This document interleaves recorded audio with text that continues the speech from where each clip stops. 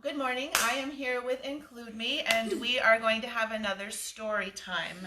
I am Miss Jennifer, and this is my daughter Rhiannon. She's going to join us for the story, and her baby Leah. They like to listen to the stories too. I'm going to wait just a couple minutes this time to get started because I want to let other people come on to it.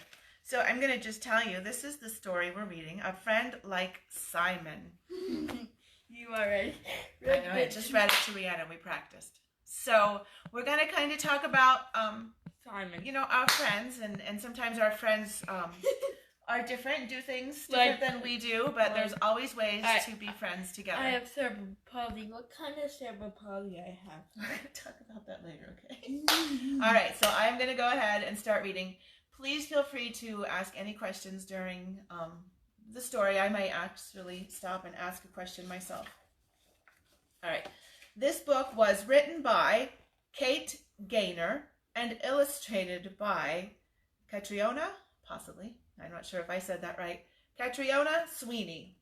Catriona Sweeney. Hi, my name is Matthew, and I would like to tell you a story about a friend of mine. His name is Simon. Simon joined my class last year, and I remember his first day very well indeed. When I arrived at the door of my classroom, Simon was standing outside with his mum. Hi, I'm Matthew, I said. Wow, that one. Here's Matthew, and over here with his mum is Simon. And I believe this story was written by somebody from Britain, because there's a couple words in here, like mum, that you're not familiar with, maybe. Simon's mum gave me a big smile. It's nice to meet you, Matthew, she said. Simon, would you like to say hello to Matthew? She asked, but Simon just turned away and looked at the ground. Simon. Maybe Simon's a little shy, meeting new people. Sometimes I am. Our teacher told us that Simon would be joining our class that year. He would take part in most of our lessons, but sometimes he would get help with his work from a special teacher, too. I'm going to move close. There's Simon sitting with his special teacher working on some things. I thought Simon would like our school a lot. It really is a great school, apart from just one thing. A girl called Hetty, or Horrible Hetty, as I like to call her. Here is Horrible Hetty. Wait till you hear about what she does. Hetty was always pushing her way to the front of the queue at lunch. I'm next, she'd say when it was someone else's turn, and then she would make a horrible, mean face. Can you make a horrible, mean face? Make a face. That's your horrible, mean face? Go ahead and make a horrible, mean face. Every day after we ate our lunch, my friends and I would go to the schoolyard and make up new fun games to play. On Simon's first day, I asked him if he wanted to join me, but Simon seemed to like being on his own. So the kids are going to play hopscotch together. But Simon's really quite happy sitting there, feeding the birds.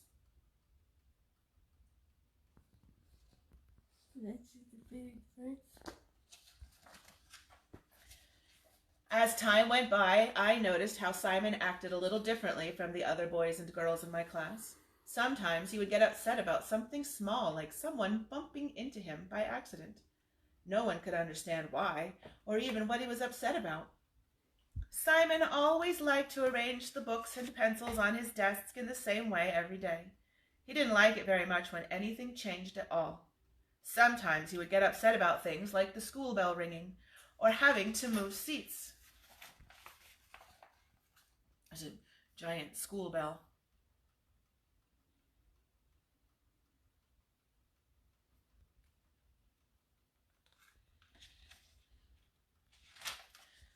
Because Simon was a little different from my other friends, I soon stopped asking him to take part in games, and sometimes I got annoyed if teacher tried to get him to join in. I just wasn't sure I wanted to have a friend like Simon. That's kind of sad.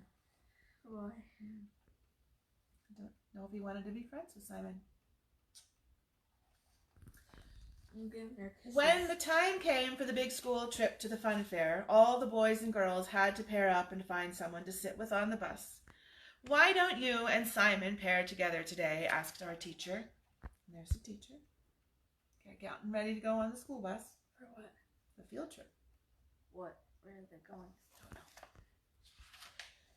So Simon and I sat together on the way to the fun fair. Simon took out his sandwiches. "Do you like sandwiches?" I asked him. "Do you like sandwiches?" he repeated, and then he handed me his lunchbox to share them with me. "Thanks, Simon," I said, but Simon was busy looking out the window. It looks like they're having a nice time together now, right? Yeah. Later that day, while Simon and I were waiting in the queue for our ice cream, horrible Hetty marched over to the ice cream van. "I'm next," she said in a mean voice. Well, No, that's not nice at all. Look at her. And look at Simon. Doesn't look like he's too happy with her cutting in line. Does he?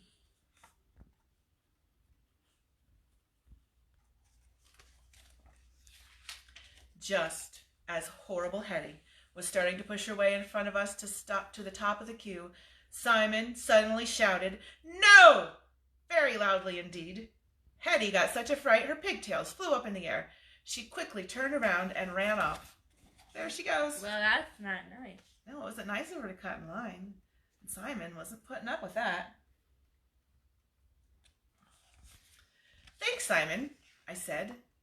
"Thanks, Simon," he replied, looking up at the lights of the big Ferris wheel.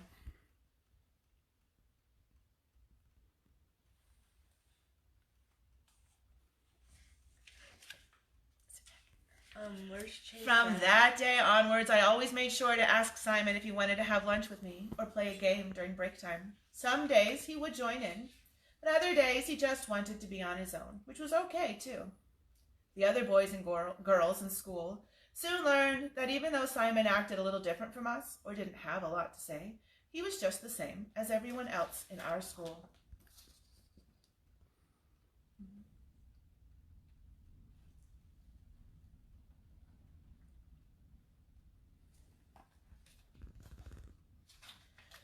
Simon helped me to see that leaving someone out because they are different is something that only a horrible Hetty would do. We don't want to be like horrible Hetty, do we? That's not nice. No.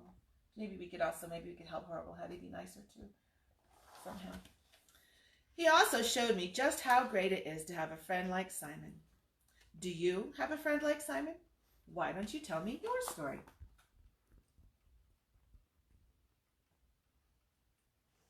So that is the end of the book, and I'm going to give us a second here to see if anybody has any questions.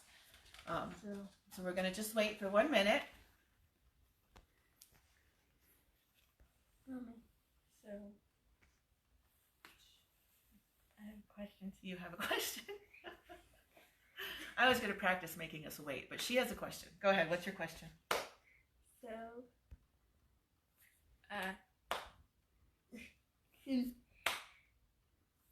can I, Simon, what kind of disability does he have? Okay. So she knows that we're reading books about disability, and I wasn't actually going to even tell you about Simon's disability because I don't really think it matters too much as long as we're all being friends together. But Simon has autism. What's autism? Well, we're not going to... She's not following the script at all here. So do we have any questions from anybody?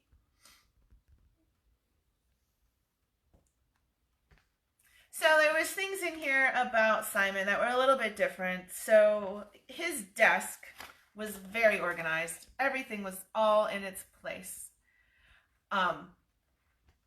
So some kids might like to have all of their things in place so they know exactly where they are organized. And other kids have a desk that's shoved full of papers and crayons and everything, right? The fire alarm can scare lots of people. There was a question that disappeared. Can you use roll and coming back? Can you ask the question again? It's disappeared. We can't find it, or we're not seeing it. Who? So I'm going to talk about the fire alarm is very loud. We fire alarm in our house that every time we cook it goes off, and it's really, really loud, and it bothers all of us. So loud sounds, different pitches are all things that could bother anybody, really.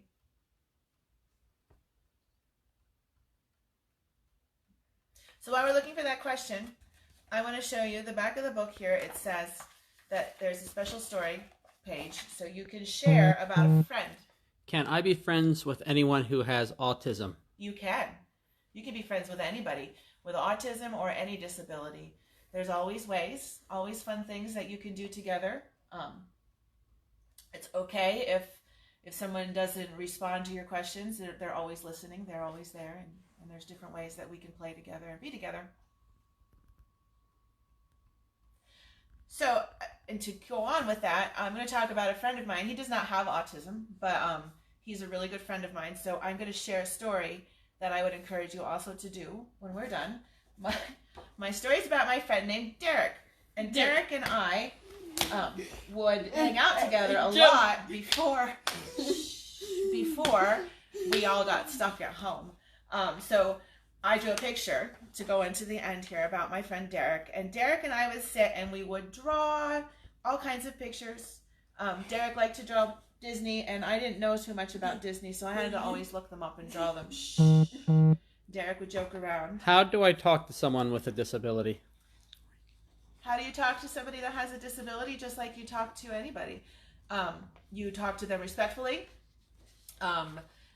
Sometimes a person with a disability has a helper or a nurse with them, and we think that we should talk to that person, but we don't. We talk right to the person, whether or not they're going to answer us.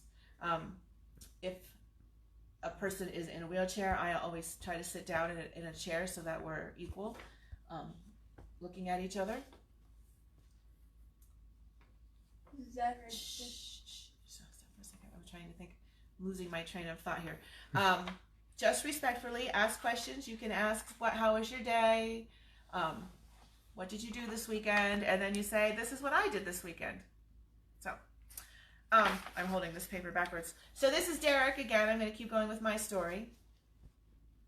He would always call me a loser. He would go, loser. So I would respond with, winner, winner, chicken dinner. Winner, winner, chicken dinner. So this is the game that we would play back and forth together. So this is Derek, and I miss him because we can't, be together right now. So I am going to mail this to him so that he can have it, picture that I drew of him and I. And I wanted to encourage you to do the same. You could draw a picture of you and a friend of yours and put it on this post so that we could see it. If you don't like to draw, you could tell us a story. You could just give a shout out. Hey, my friend's name is Daniel and I miss him. Or I didn't mean to. Or you could do all kinds of things. You can set up your characters, your Barbies or action figures, and say, this was me and my friend Jack. If you don't like to draw, or you can hit some emojis, just let us know that you're thinking about your friend and you miss them. Do we have any other questions? Somebody just commented, somebody in my class calls out a lot and it bothers him. Oh, it does. Well, that might bother me too. So when something is going on that maybe I don't understand or it bothers me, I try to think about why that is happening. And maybe there's something that you could do to help with that situation, or you could tell the teacher and ask if there's something that you could do to, to help them understand that they should raise their hand. But I always try to think about why that person is doing that and try to understand their point of view.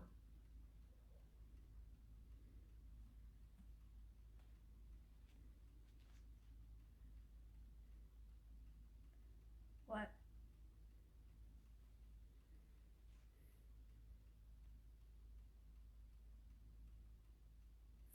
What if they don't want to be my friend? Look at Well, That's okay too, because as long as we're nice to each other, that is fine. Not everybody wants to be friends, right? We all have things that we like, things in common, things we can do. So if you try to reach out and you want to be a friend and they don't want to be your friend, then that's fine.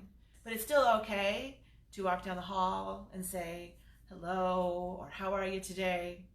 Those are all okay to do.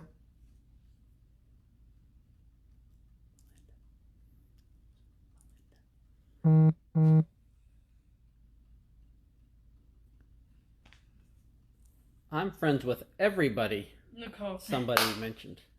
Nicole with Well, the that's baby. really good. That's really good. And I like to be friends with lots of people. And too. Melinda says, I have a friend who won't draw me a picture.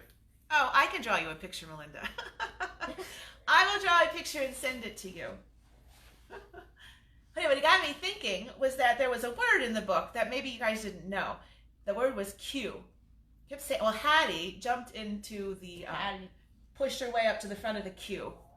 I'll give you a minute. Does anybody know what that means? I don't know what it means. You don't? Thought I told you. When you're at school, you stand in a line to go to lunch or to get to the ice cream. I think the biggest point here is that we are all different. And we want to have friends and we want to have people in our lives, whether we have a disability or we don't. And we don't have to be friends with everybody. What do we do if we see somebody being mean to someone with a disability? Oh, that's if you see somebody being mean to somebody with a disability, I would step in and I would say, you're not being very nice, or you could explain why somebody's doing something if they're being mean to, or you could let the teacher know that is happening. I think if I saw that, I would walk over and I would start to have a conversation with the person that has a disability and get them away from the person that was being mean to them, and then address that situation with the teacher or parent or a trusted adult.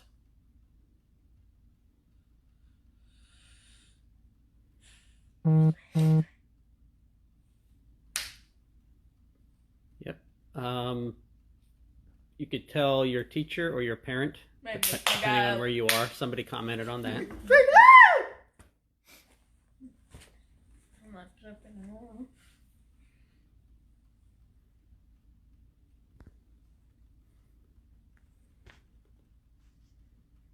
So there's all kinds of things that we can do to be friends. We have friends. I have friends, and sometimes they do things that bother me. Your supervisor, like Nicole. Well, yeah, she's my friend. Okay, Melinda has a question. What if the person with a disability is being mean? Oh.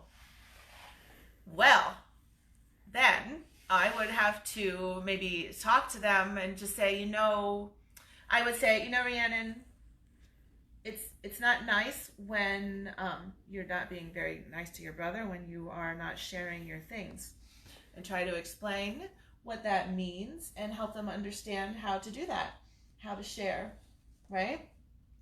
How to take turns and work on that. And see, what? When are we gonna work on that?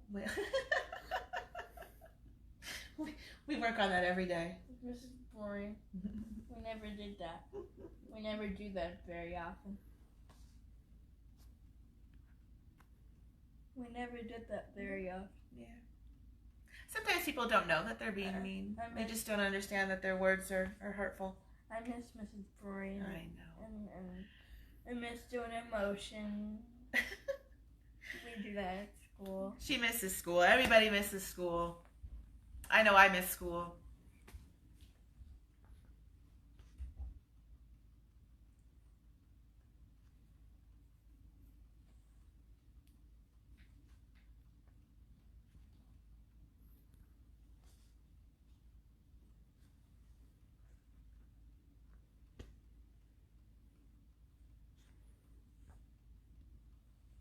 When are we gonna go back?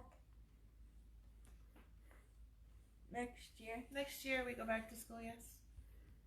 Does anybody else have any more questions? What happened here? I'm gonna just wait another minute.